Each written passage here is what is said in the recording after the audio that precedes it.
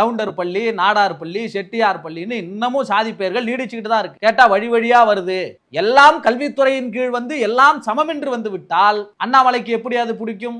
ஏற்கனவே பொய்யை மட்டுமே பேசி வரக்கூடிய, நீ பேசுவது பொய் தான் என்று சொன்னால் கூட எதை பற்றியும் கவலைப்படாமல் மீண்டும் பொய்யையே பேசக்கூடியவர் அண்ணாமலை அவர்கள். ஆனால் அந்த மாணவன் எல்லாரும் சமந்தானே டீச்சர்னு டீச்சரை செருப்பால் அடிக்கிறான் வார்த்தையில. எந்த தேர்தல் தமிழ்நாட்டில் நடந்தாலும் நாம் எச் ராஜாவை மறைத்து வைத்தால் தான் தமிழ்நாட்டில் குறைந்தபட்ச வாக்குகளையாவது வாங்க முடியும்.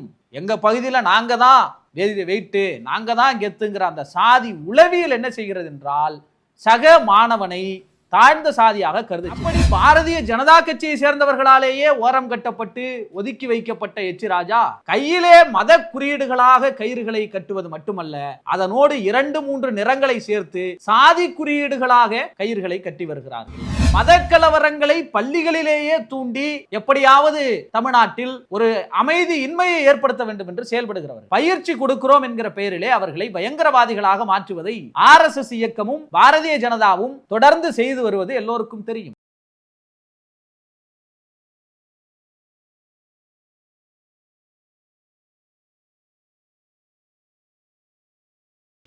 வணக்கம். அமைதியாக இருக்கிற தமிழ்நாட்டில் எதையாவது கலவரம் செய்தால்தான் வளர முடியும் என்று பாரதிய ஜனதா கட்சி எப்பொழுதும் முயற்சிப்பதுண்டு.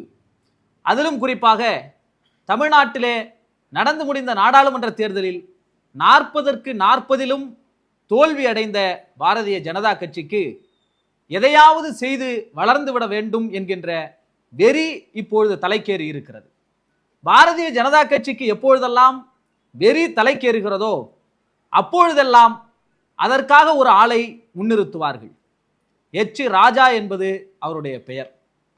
குறிப்பாக சொல்ல வேண்டும் என்றால், இப்பொழுது நாங்கள் 11% தமிழ்நாட்டிலே வாங்கிவிட்டோம் என்று கொக்கரித்து கொண்டிருக்கிற இந்த பாரதிய ஜனதா கட்சிக்கு அந்த 11% வர வேண்டும் என்பதற்காக சமீப காலமாக தேர்தல் முடிகிற வரை ஒரு பிராணியை வீட்டிலே அடைத்து வைத்திருந்தார்கள். அது அவர்கள் வளர்க்கிற பிராணி தான்.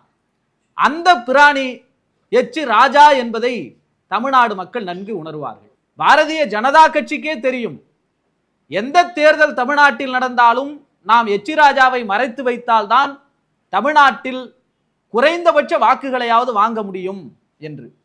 அப்படி பாரதிய ஜனதா கட்சியை சேர்ந்தவர்களாலேயே ஓரம் கட்டப்பட்டு ஒதுக்கி வைக்கப்பட்ட எச் ராஜா ஏதோ தப்பி தவறு என்று அழைத்து வந்து ஊடகத்தின் முன் நிறுத்திவிட்டார்கள். அதனால் நான் இன்னும் உயிரோடு தான் இருக்கிறேன் என்பதை காட்டுவதற்காக அவர் சில விஷயங்களை உளறி இருக்கிறார்.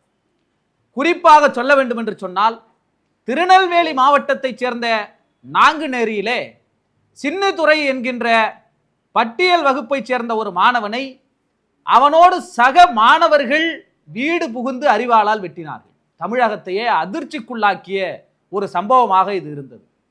கடந்த கால வரலாறுகளில் ஆசிரியர்கள் எவ்வளவு சாதியோடு இருந்தார்கள் என்பதை நாம் கண்டிருக்கிறோம்.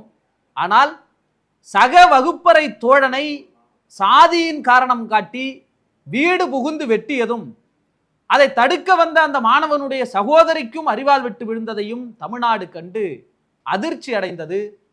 சமூக நீதியை பேசுகிற தமிழ்நாட்டில், இடஒதுக்கீடை பேசுகிற தமிழ்நாட்டில், இந்தியாவுக்கு வழிகாட்டி கொண்டிருக்கிற தமிழ்நாட்டில் மாணவர் சமுதாயம் இப்படி சாதியாக வளர்கிறதே என்கிற அந்த அக்கறையின் அடிப்படையில் இதை மாற்ற வேண்டும் என்பதற்காக தமிழ்நாடு முதலமைச்சர் மு.க. ஸ்டாலின் அவர்கள் ஓய்வு பெற்ற நீதியரசர் திரு சந்துரு அவர்கள் தலைமையிலே ஒரு நபர் ஆணையத்தை அமைத்தார்கள்.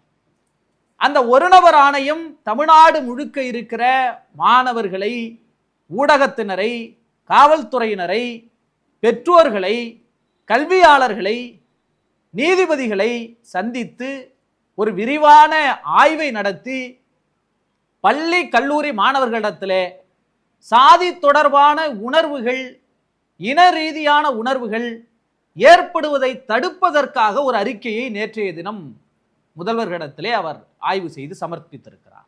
அப்படி அவர் சமர்ப்பித்த அந்த அறிக்கை என்பதுதான் இப்பொழுது பாரதிய ஜனதா கட்சியினரை மிகுந்த பரபரப்பிற்கு உள்ளாக்கி இருக்கிறது.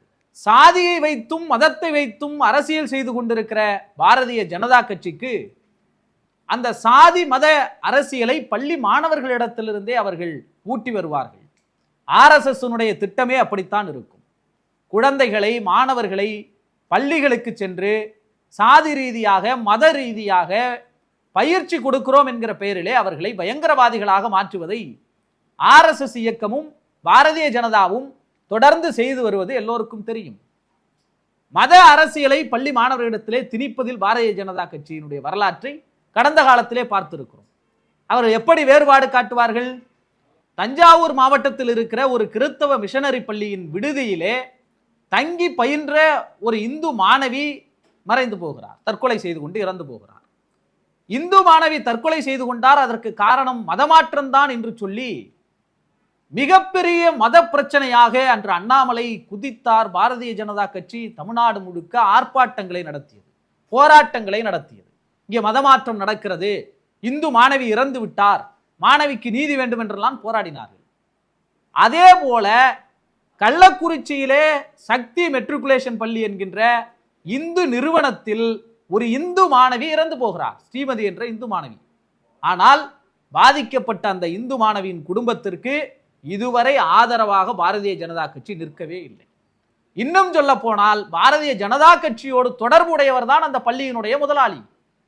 இதுதான் இவர்களுடைய திட்டம், நோக்கம் என்பதை இந்த சம்பவம் நினைவுபடுத்தும். அப்படி மத கலவரங்களை பள்ளிகளிலேயே தூண்டி எப்படியாவது தமிழ்நாட்டில் ஒரு அமைதி இன்மையை ஏற்படுத்த வேண்டும் என்று செயல்படுகிறவர்கள், அவர்களுக்கு பள்ளிகளில் ஜாதி கூடாது, மாணவர்களிடத்தில் பேதம் கூடாது என்கிற அடிப்படையில் ஒரு அறிக்கையை நீதியரசர் சந்துரு அவர்கள் வழங்கினால் எப்படி அதை அவர்களால் ஏற்றுக்கொள்ள முடியும்? குறிப்பாக இன்று தமிழ்நாட்டில் இருக்கிற பெரும்பான்மை பள்ளிகளில், குறிப்பாக கிராமப்புறங்கள், நகர்ப்புறங்கள், எல்லா பள்ளிக்கூடங்களிலும் சாதி அடையாளங்கள் கையிலே கயிறு கொட்டி கொள்வதன் மூலம், நெற்றியிலே பொட்டு வைத்துக் கொள்வதன் மூலம் தொடர்ந்து பரப்பப்பட்டு கொண்டு வருகிறது. நெத்தியிலே பொட்டு வைப்பதன் மூலம் தொடர்ந்து பயன்படுத்தப்பட்டு வருகிறது.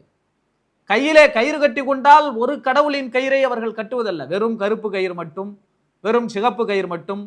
முதலில் கையிலே கயிறு கட்டி கொள்வது என்பதே அறிவியல் ரீதியாகவே அது உடலுக்கு நோயை ஏற்படுத்தும், அழுக்கை சேகரிக்கும், எனவே அது வேண்டாம் என்று அறிவியல் ரீதியாகவே சொல்லுகிறார்கள்.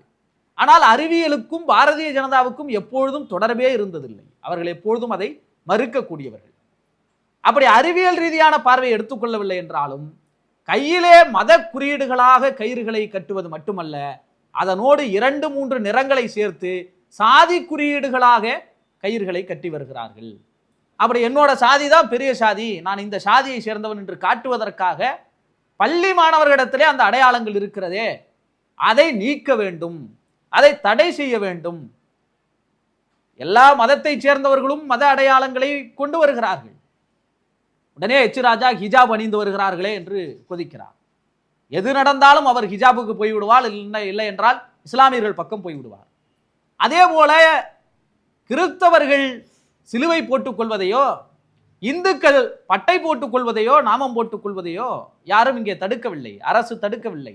மாறாக சாதிய குறியீடுகளை 3 வண்ணம் 4 வண்ணம் என்று நெற்றியிலே பூசி வரக்கூடாது, அந்த பொட்டுகளை வைத்து வரக்கூடாது என்று அவர் தன்னுடைய அறிக்கையிலே சமர்ப்பித்திருக்கிறார். ஆனால் இதை பாரதிய ஜனதா கட்சியால் ஏற்றுக்கொள்ள முடியவில்லை.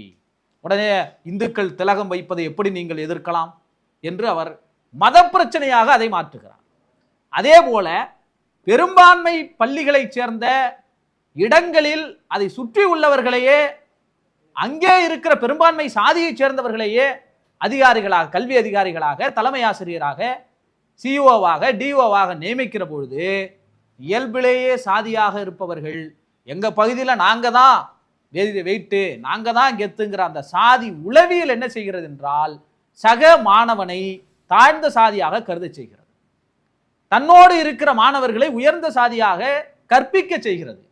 ஆசிரியர்கள் சாதி பார்ப்பதில்லையா என்றால் சமீபத்தில் கூட தூத்துக்குடி மாவட்டத்திலே கலைச்செல்வி என்கிற ஒரு துணை தலைமை ஆசிரியர், அவர் ஒரு மாணவனிடத்திலே பேசுகிறார், நாமெல்லாம் இப்போ உயர் சாதி, உனக்கு அந்த எஸ்சி வாத்தியாரை பிடிக்காது தானே என்று பேசுகிறார். ஆனால் அந்த மாணவன் எல்லாரும் சமந்தானே டீச்சர்னு டீச்சரை செருப்பால் அடிக்கிறான் வார்த்தையில. இந்த சம்பவம் இந்த தமிழ்நாட்டிலே நடந்தது. அப்படி ஆசிரியர்களும் சாதியாக இருப்பதனால் தான் பெரும்பான்மையாக இருக்கிற பகுதிகளைச் சேர்ந்த சாதியைச் சேர்ந்தவர்கள் அந்த பகுதியிலே பணியாற்றக்கூடாது என்று சொல்லுகிறார். ஏன் இதை எச் ராஜா எதிர்க்கிறார்? ஏன் இதை பாஜக எதிர்க்கிறது? ஏனென்றால் பெரும்பான்மையாக அந்த பகுதியைச் சேர்ந்தவர்களை வைத்துதான் அவர்கள் அரசியல் செய்கிறார்கள். பெரும்பான்மை சாதி வெறியர்களை வைத்துதான் அவர்கள் அரசுக்கு எதிராக கலகம் செய்ய முடியும், ஒடுக்கப்பட்ட மக்களுக்கு எதிராக கலகம் செய்ய முடியும். அதற்காக அவர்கள் கொதித்தெழுகிறார்கள். அதே நிலையிலே கள்ளர் பள்ளிகள், ஆதிதிராவிடர் பள்ளிகள் போன்ற துறை ரீதியாக இயங்கக்கூடிய பள்ளிகளை கல்வித்துறையோடு இணைக்க வேண்டும் என்கின்ற ஒரு உயரிய கொள்கையை இந்த அறிக்கையிலே அவர் தந்திருக்கிறார். அதை அண்ணாமலை அவர்கள் எதிர்த்திருக்கிறார். எல்லாம் கல்வித்துறையின் கீழ் வந்து எல்லாம் சமம் என்று வந்து விட்டால் அண்ணாமலைக்கு எப்படி அது பிடிக்கும்? ஏற்கனவே பொய்யை மட்டுமே பேசி வரக்கூடிய, நீ பேசுவது பொய்தான் என்று சொன்னால் கூட எதை பற்றியும் கவலைப்படாமல் மீண்டும் பொய்யையே பேசக்கூடியவர் அண்ணாமலை அவர்கள். 20,000 புத்தகங்களை படித்த அறிவாளி அல்லவா? அந்த அண்ணாமலை ஏற்கனவே பேசுகிற பொழுது பாரதிய ஜனதா கட்சியிலே சாதியே இல்லை என்று சொன்னார். இப்ப சாதி பெயரை நீக்கலாம் என்றால் பதறி கொண்டு வருகிறார். ஐயோ, சாதி பெயரை நீங்கள் எப்படி நீக்கலாம்? இதுதான் பாரதிய ஜனதா கட்சி என்பதை நாம் புரிந்து கொள்ள வேண்டும். அப்படி பள்ளியில் இருக்கிற சாதி பெயர்களை நீக்க வேண்டும்.